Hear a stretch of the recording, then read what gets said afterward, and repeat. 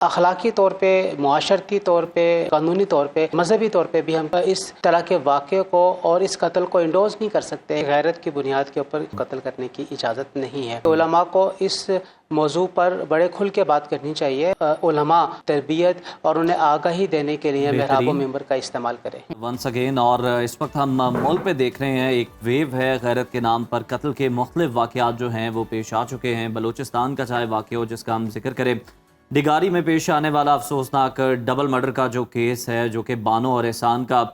اس نے پورے ملک کو ہلا کر رکھ دیا ہے، اور ملک میں غیرت کے نام پر قتل کی وارداتوں میں خطرناک حد تک اور تشویشناک حد تک اضافہ ہو چکا ہے۔ اور ڈگاری کا واقعہ تو اپنی جگہ پر موجود ہے، ملزمان گرفتار بھی ہیں، اور اس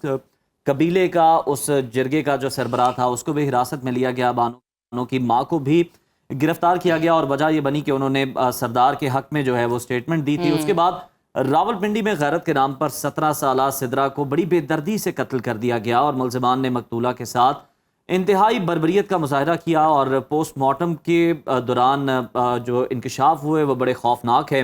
کہ سدرا پر شدید تشدد کیا گیا، اس کا گلا دبا کر اسے مارنے سے پہلے اسے شدید تشدد کا نشانہ بھی بنایا گیا۔ گزشتہ روز گجرانوالہ سے تعلق رکھنے والے ساجد اور ثنا کو کراچی کے کلفٹن کے علاقے چائنا ایئرپورٹ سے گولیاں مار کر قتل کر دیا گیا۔ دونوں کو چہروں پر قریب سے گولیاں مار کر قتل کیا گیا تھا۔ کراچی میں پسند کی شادی کرنے والی 22 سالہ کومل اور 24 سالہ زبیر کی جان کو خطرہ ہے، اور ان کی ایک ویڈیو سوشل میڈیا پر تیزی سے وائرل ہو رہی ہے، جس میں انہوں نے اعلیٰ سے تحفظ اور مدد کی اپیل کی ہے۔ آئیے آپ کو سنواتے ہیں۔ ابھی مجھے بہت زیادہ تنگ کر رہے ہیں۔ ایسے جو نسیم ہے جو اس کو پیسے کھلائے گئے، پورا تھانہ ان کا خریدا گیا ہے۔ میں نے کوئی نکاح نہیں کیا، میرا پہلا ہی نکاح ہے جو میں نے اپنی پسند سے کیا ہوا ہے۔ آئی جی ڈی آئی جی سے اپیل ہے کہ میری جان چھڑوا دیں، میں بہت پریشان ہو گئی ہوں، انہوں نے مجھے بہت تنگ کیا ہوا ہے، مجھے اپنی سکون۔ غیرت کے نام پہ قتل کی شرعی حیثیت کیا ہے، اور کیا اسلام کسی کو اپنی غیرت کی بنیاد پر قتل کرنے کی اجازت دیتا ہے؟ اس پر بات کرنے کے لیے ہمارے ساتھ موجود ہیں اسلامی نظریاتی کونسل کے چیئرمین مفتی راغب نعیمی صاحب۔ نعیمی صاحب، بہت شکریہ سر آپ کے وقت کا۔ اسلام میں عزت اور غیرت کے اصل مفہوم سر ہیں کیا کسی کی عزت اسلام میں اس کی جان سے بڑھ کر ہو سکتی ہے؟ بسم اللہ الرحمن الرحیم۔ بڑا اہم موضوع ہے، اور ہمارے پاکستان کے مختلف علاقوں میں اس قسم کے قتل کو کہیں پہ کاروکاری اور کہیں پہ سیاہکاری کے نام سے دیکھا اور سمجھا جاتا ہے۔ بنیادی طور پہ کوئی بھی خاندان یہ محسوس کرتا ہے کہ اس خاندان سے تعلق رکھنے والی بچی یا بچے نے اپنی مرضی سے اور اپنی پسند سے جب شادی کی ہے تو اس سے ان کی غیرت کو ٹھیس پہنچی ہے، اور اسے اپنے انا کا مسئلہ بناتے ہوئے کسی طریقے سے پھلا پسلا کر اس بچی کو اور اس کے شوہر کو گھر واپس بلایا جاتا ہے، اور بلائے جانے کے بعد پھر اسے اتفاق رائے کے ساتھ یا جرگے کے فیصلے کی بنیاد کے اوپر قتل کر دیا جاتا ہے۔ اخلاقی طور پہ، معاشرتی طور پہ اور قانونی طور پہ ہم کسی بھی اور مذہبی طور پہ بھی ہم کہیں بھی اس قانون اس طرح کے واقعے کو اور اس قتل کو انڈوز نہیں کر سکتے ہیں۔ یہ ماورائے عدالت قتل میں سے ایک قتل تصور کیا جائے گا۔ اچھا، ہمیں اس حوالے سے تھوڑا سا بتائیے گا مزید پریسائزلی کہ غیرت کے نام پر قتل کی شرعی حیثیت کیا ہے؟ کیا اسلام میں کسی کو اپنی غیرت کی بنیاد پر قتل کرنے کی اجازت ہے؟ جی، ون لائن آنسر تو یہ ہے کہ جی غیرت کی بنیاد کے اوپر کسی بھی صاحب کو اپنے خاندان یا کسی دوسرے خاندان کے کسی بھی فرد کو قتل کرنے کی اجازت نہیں ہے۔ ٹھیک ہے۔ اگر کوئی یہ سمجھتا ہے کہ کوئی دوسرا آدمی غیر اخلاقی طور پر اس کے کسی عزیزہ کے ساتھ متعلق ہے اور ان کے درمیان غیر اخلاقی رشتہ پایا جاتا ہے، تو وہ عدالت میں جائے اور وہاں پہ جا کے اس بات کو ثابت کرے، اور وہاں پہ جا کے اس بات کو کٹہرے میں لے کر آئے، اور اگر واقعتاً اس قسم کا معاملہ ہے تو پھر عدالت قانون کے مطابق اس جوڑے یا ان دو افراد کے خلاف کارروائی کرے گی۔ لیکن ہم یہ دیکھتے ہیں کہ یہ سارے کے سارے معاملات عدالتوں میں لے جانے کی بجائے خود سے متفقہ طور پہ گرجے کی بنیاد کے اوپر بیٹھا جاتا ہے اور فیصلہ کیا جاتا ہے کہ اور وہ فیصلہ بھی بسا اوقات شواہد اور دلائل کی بنیاد کے اوپر نہیں ہوتا ہے، اور شواہد اور دلائل کی بنیاد پہ نہ ہونے کی وجہ سے عموماً ایسے فیصلوں کے اندر بھول چوک ہو جاتی ہے، اور اس کے بعد پھر جب وہ خود سے فیصلہ کر کے سزا دے دیتے ہیں اور سزا کو بھی خود ہی ایگزیکیوٹ کرتے ہیں، تو یہ سارے کے سارے مراحل کیے جانے کے وہ کسی بھی طور پہ حقدار نہ تھے کہ وہ ان مراحل سے اپنے آپ کو گزارتے، لیکن وہ ان مراحل سے اپنے آپ کو گزارتے ہیں، اور گزارنے کے بعد پھر اس بچے یا بچی کو وہ قتل کر دیتے ہیں، اور بعد میں پھر کوشش کرتے ہیں کہ اس قتل کو چھپا دیا جائے، اور بعد میں پھر اغوا کا یا گمشدگی کا ایک پرچہ درج کروا دیا جاتا ہے اس بچی کے بارے میں کہ یہ بچی جو ہے یا یہ گمشدہ ہو چکی ہے اور یہ مل نہیں رہی ہے، اور اس طریقے سے اس قتل کو چھپانے کی کوشش کی جاتی ہے۔ تو شرعی اعتبار سے کہیں پر بھی کوئی ایسی چیز ہمیں دستیاب نہیں ہے، ہمیں ملتی نہیں ہے جو کہ غیرت کے قتل کو انڈوز کرے۔ بالکل مفتی صاحب، آپ نے بڑے اچھے اور بڑے خوبصورت انداز میں، نعیمی صاحب آپ نے یہ بیان کیا کہ یہ پھر اس طرح کی کیسز میں خود ہی مدعی بھی بن جاتے ہیں، ثبوت بھی خود بن جاتے ہیں، گواہ بھی خود بن جاتے ہیں، جج بھی ہوتے ہیں، اور آخر میں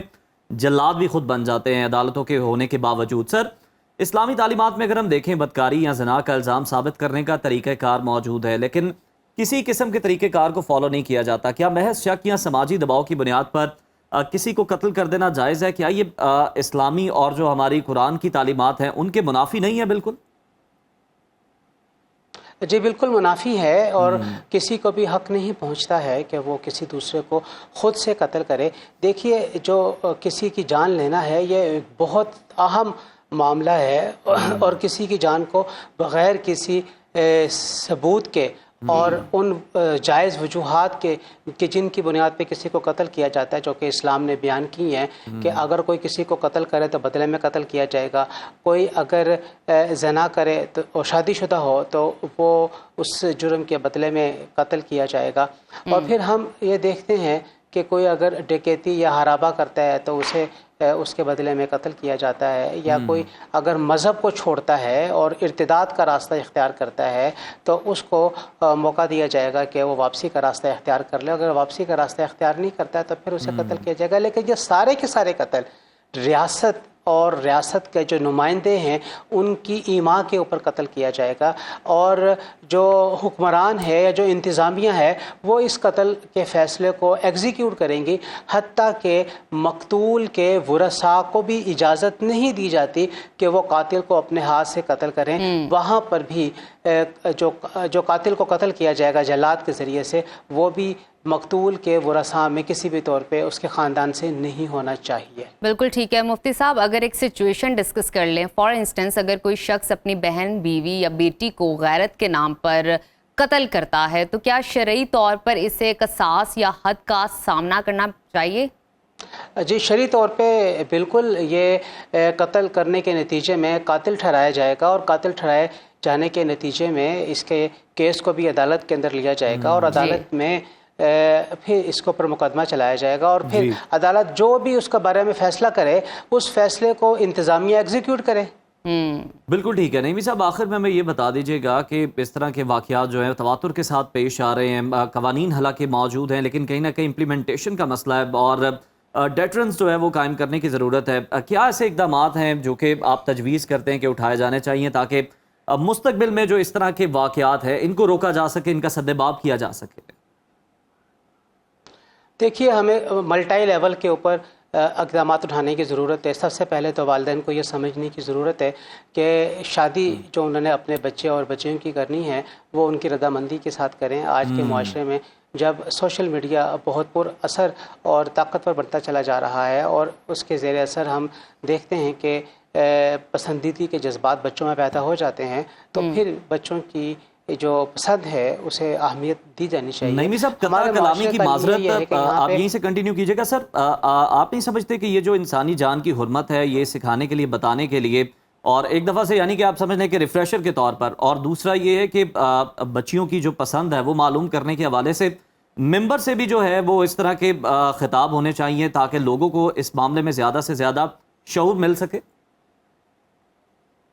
جی بالکل، آپ کی بات بجا ہے، اور ہم یہ سمجھتے ہیں کہ علماء کو اس موضوع پر بڑے کھل کے بات کرنی چاہیے، اور کونسل کی یہ تجویز اور رائے ہماری طرف سے آئی ہوئی ہے کہ ان موضوعات کے حوالے سے علماء لازمی طور پہ لوگوں کی تربیت اور انہیں آگاہی دینے کے لیے محراب و ممبر کا استعمال کریں۔ بالکل ٹھیک ہے، بہت شکریہ، آپ نے اس اہم معاملے پر ہماری رہنمائی کی۔ مفتی راغب صاحب ہمارے ساتھ موجود تھے۔